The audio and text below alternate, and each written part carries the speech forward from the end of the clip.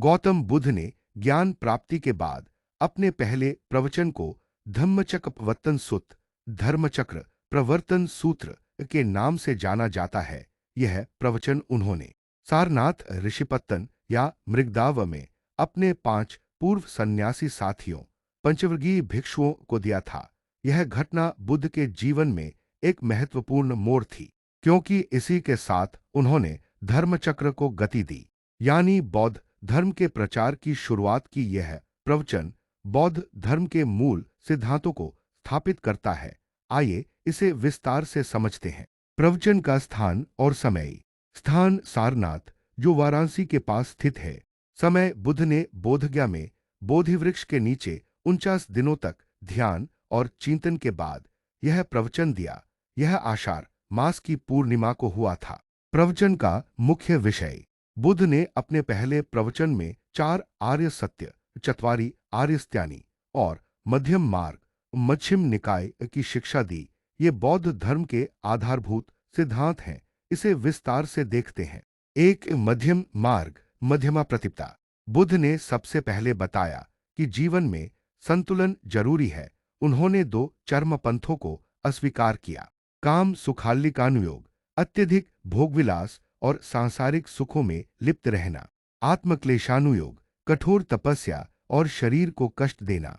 उन्होंने कहा कि इन दोनों एक्सट्रीम से बचकर मध्यम मार्ग अपनाना चाहिए, जो निर्वाण मोक्ष की ओर ले जाता है। यह मार्ग अष्टांगिक मार्ग, 8 गुना मार्ग पर आधारित है, जिसे बाद में विस्तार से बताया गया। 2-4 आर्य सत्य। बुद्ध ने जीवन की सच्चाइयों को 4 बिंदुओं में समझाया। दुख, जीवन में दुख है जन्म, वृद्धावस्था, बीमारी, मृत्यु, प्रिय से वियोग, अप्रिय से संयोग, ये सभी दुख के रूप हैं। दुख समुदाय, दुख का कारण तृष्णा, लालसा है। यह सांसारिक सुखों, भोगों और अज्ञानता से उत्पन्न होती है। दुख निरोध, दुख का निवारण, दुख से मुक्ति संभव है।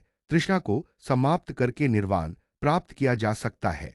दुख निरोध गामिनी पटिप्ता, दुख निवारण का मार्ग, दुख से मुक्ति का मार्ग अष्टांगिक मार्ग है। 3 अष्टांगिक मार्ग।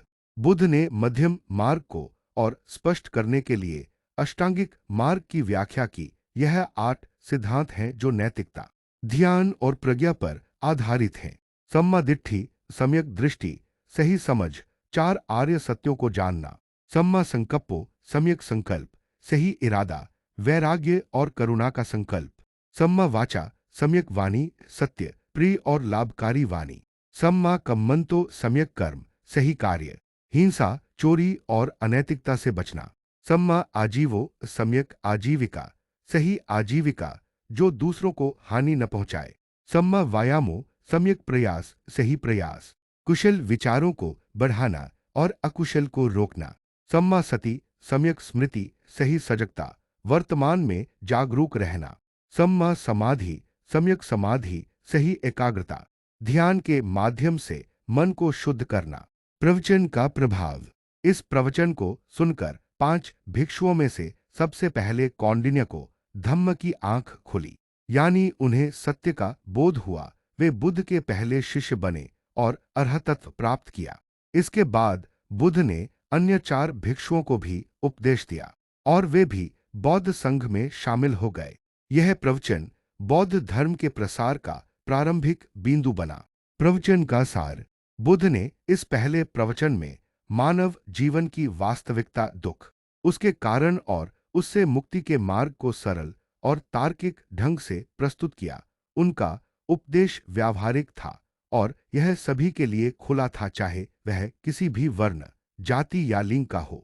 यह प्रवचन आज भी बौद्ध धर्म के मूल ग्रंथों में संरक्षित है और बौद्ध अनुयायियों के लिए प्रेरणा का स्रोत है। क्या आप इसके किसी विशेष पहलू पर और जानकारी चाहेंगे?